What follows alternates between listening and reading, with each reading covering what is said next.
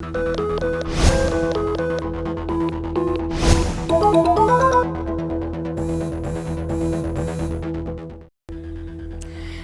स्वागत है आपका एबीपी न्यूज पर। मैं हूं आपके साथ शीरी।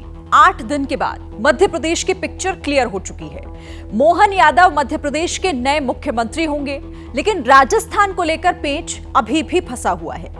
कुछ घंटों के बाद राजस्थान का सीन भी क्लियर हो जाएगा, लेकिन उससे पहले मोहन यादव को मध्य प्रदेश का मुख्यमंत्री बनाकर बीजेपी आला कमान या कहिए कि पीएम मोदी ने एक बड़ा मैसेज दिया है। संदेश 2024 को लेकर है, क्योंकि मोहन यादव में मंडल और कमंडल दोनों का मिश्रण है। हम आपको बताएंगे कि ये एमपी का आदेश वसुंधरा के लिए, इसके पीछे क्या संदेश है। मगर उससे पहले समझिए कि भोपाल से कैसे 2024 का एजेंडा सेट कर दिया गया है।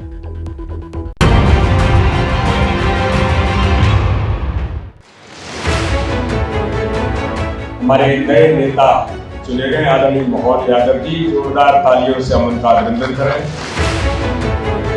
जैसे छोटे से कार्यकर्ता को हमारे सभी मित्रों ने मिलकर कर आपके मार्गदर्शन में जो जवाबदारी दी, यद्यपि मैं उस लायक नहीं हूँ, लेकिन आज सबका प्रेम, आपका आशीर्वाद, सहयोग मिलेगा। निश्चित रूप से मैं कोशिश करूँगा। एक बार फिर आप सबका आभार, धन्यवाद।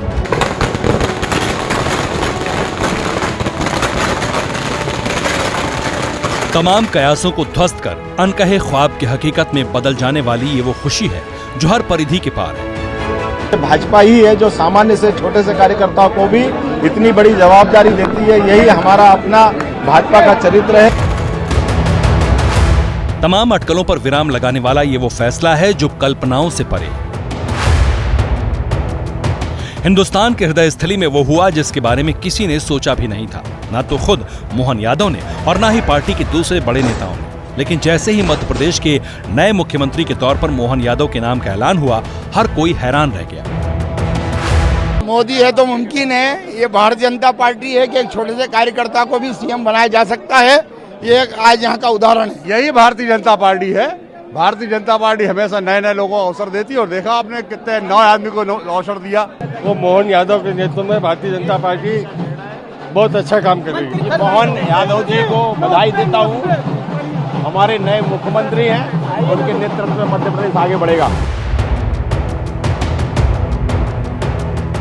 जब मुख्यमंत्री के नाम पर मंथन हो रहा था, तब मोहन यादव बीजेपी विधायकों के मंच पर चौथी कतार में दूसरे नंबर पर थे।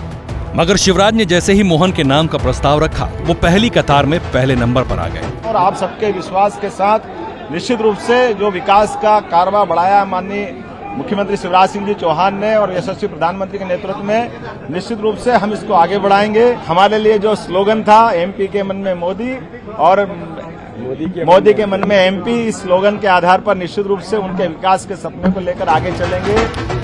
मोहन यादव के परिवार में जश्न है, लेकिन राजनीति पर नजर रखने वालों के मन में कई प्रश्न हैं।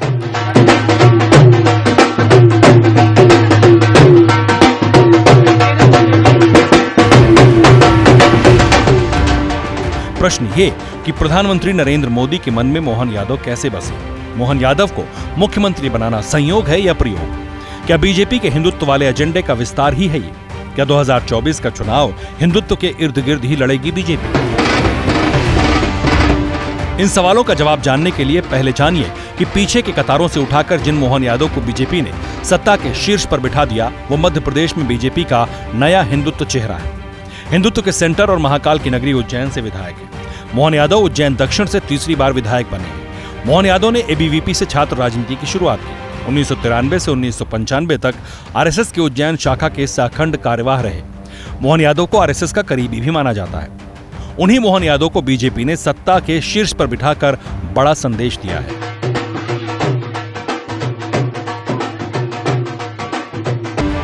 ये तस्वीर 10 दिसंबर की है, जब मध्य प्रदेश के प्रस्तावित मुख्यमंत्री मोहन यादव महाकाल के दर पर पहुंचे थे। मोहन महाकाल के अनन्य भक्त हैं। परिवार वाले कह रहे हैं कि उनकी भक्ति का आशीर्वाद मिला है।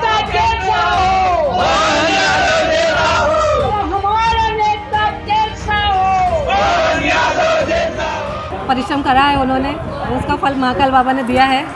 आगे भी ऐसे ही मेहनत करते रहेंगे और आगे बढ़ते रहेंगे। ऐसा तो नहीं सोचा था, पर महाकाल बाबा ने ऐसा आशीर्वाद दिया है तो बहुत खुशी हुई है सबको। खुशी वाला दिन है। बाबा महाकाल की कृपा हमारे भारतीय जनता पार्टी के वरिष्ठ नेतृत्व के प्रति हम आभार व्यक्त करते हैं।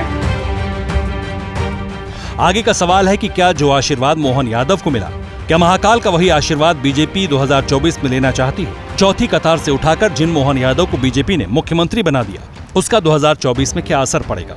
एक नई पीढ़ी के साथ भारतीय जनता पार्टी आई है मोहन यादव के साथ, जहां पर शिवराज सिंह चौहान जैसे बड़े नेता जो 18 साल चीफ मिनिस्टर रहे हैं, नरेंद्र सिंह तोमर थे जो केंद्र में मंत्री रहे हैं, लंबे समय तक एमपी रहे हैं, एमएलए प्रहलाद पटेल हैं। उसके बाद भी मोहन यादव का नाम एक generational change, generational shift Bharatiya Janata party की लीडरशिप के लिए कि वो आगे की तरफ देख रही है और एक नई पीढ़ी को पार्टी या संगठन सौंपना चाहती है, मध्य प्रदेश सौंपना चाहती है। माना जा रहा है कि हिंदुत्व के सेंटर यानी उज्जैन के जरिए पूरे सूबे को साधने की कोशिश होगी, क्योंकि उज्जैन में महाकाल कॉरिडोर बनाकर बीजेपी सरकार ने पहले ही बड़ा संकेत दिया था। मोदी सरकार ने वाराणसी में काशी विश्वनाथ कॉरिडोर बनाया था, यूपी चुनाव से ठीक पहले उसका उद्घाटन किया था। 2021 में बनाए कॉरिडोर का असर 2022 के यूपी चुनाव में दिखा। 2022 में महाकाल लोक यानी कि उज्जैन में कॉरिडोर का निर्माण हुआ और इसका जबरदस्त असर चुनाव में देखने को मिला। उम्मीदों के उलट बीजेपी को चुनाव में जबरदस्त जीत हासिल हुई।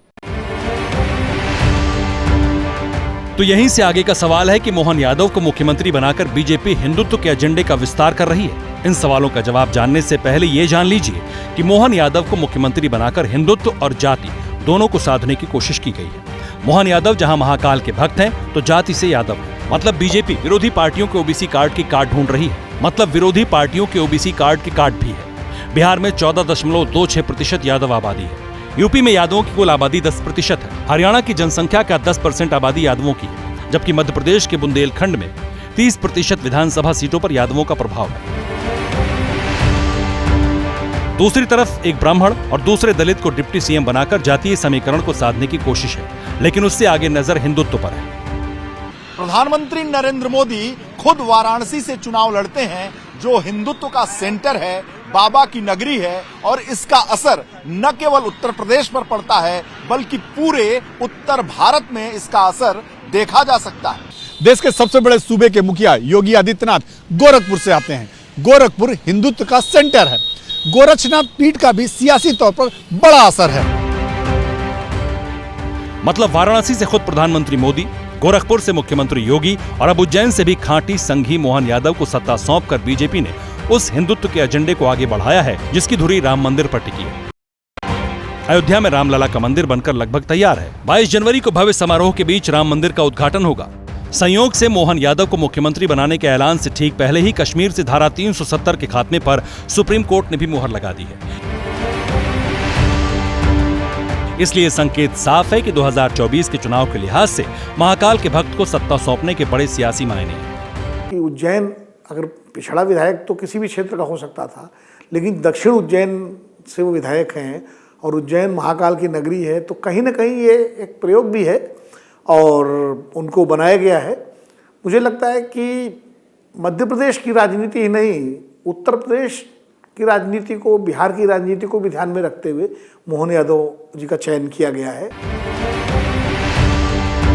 छत्तीसगढ़ में भी जातीय समीकरण को साधते हुए बीजेपी ने जिन विजय शर्मा को डिप्टी सीएम बनाया, उनकी पहचान भी एक कट्टर हिंदू नेता के तौर पर होती है।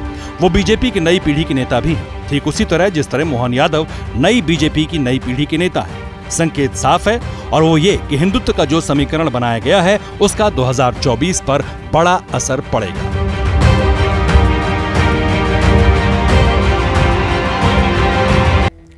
देखिए, मध्य प्रदेश और छत्तीसगढ़ से एक मैसेज तो क्लियर है कि बीजेपी अब नए चेहरों को आगे कर रही है, खासकर तब जबकि अगले साल लोकसभा के चुनाव होने हैं।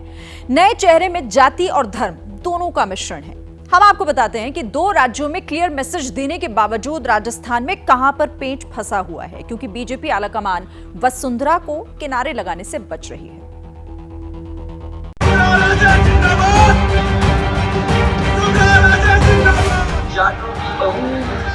और राजपूतों की बेटी और गुजरों की समधिन। क्षेत्र की जो महिला है ना, उनकी ताकत देखो, उनकी सहन शक्ति देखो। इतनी गर्मी के अंदर इतनी सुंदर, क्या ताकत वाली है। ये मेरा परिवार है, इसलिए मैं आपसे इस तरीके से बात कर सकती हूँ। राजनीति लोग कहते हैं कि दिमाग का काम है, पर मैं मानती हूँ कि दिमाग और दिल जब तक नहीं लगता तब तक ये पूरा नहीं होता।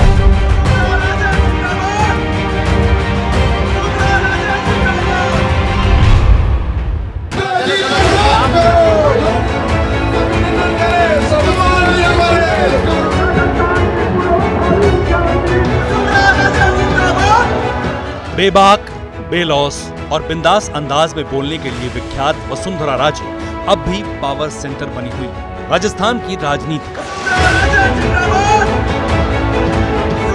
70 बरस की महारानी तीसरी बार सत्ता की अट्टालिका पर बैठने के लिए बेकरार सी है। मुख्यमंत्री को लेकर उधेड़बुन के बीच मैडम वसु की वफादारी में पुराने सियासी खिलाड़ी जयपुर के 13 सिविल लाइंस को धुरी बनाकर उन्हें रेस में बनाए हुए हैं। दिल्ली दरबार निश्चित नतीजों पर नहीं पहुंच पा रहा। इसे छत्तीसगढ़ में चुना गया है, वैसे यहाँ चुना जाएगा। बुधवार तक ये सारी दुविधा, ये मैं सोचता हूँ बुधवार तक तो हो ही जाएगा। ऐसे में लोग ये जानना चाहते हैं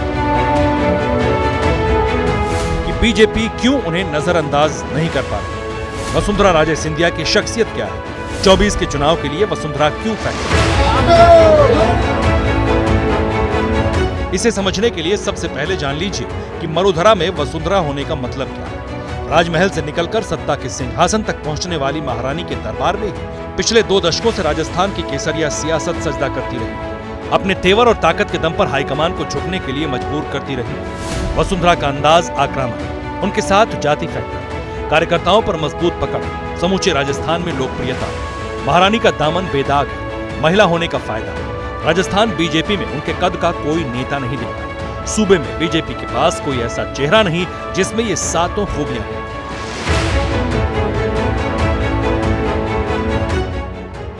पिछले 38 साल से वसुंधरा ठसक के साथ राजनीति करती रही है। रुतबे पर रत्ती भर भी असर नहीं पड़ा।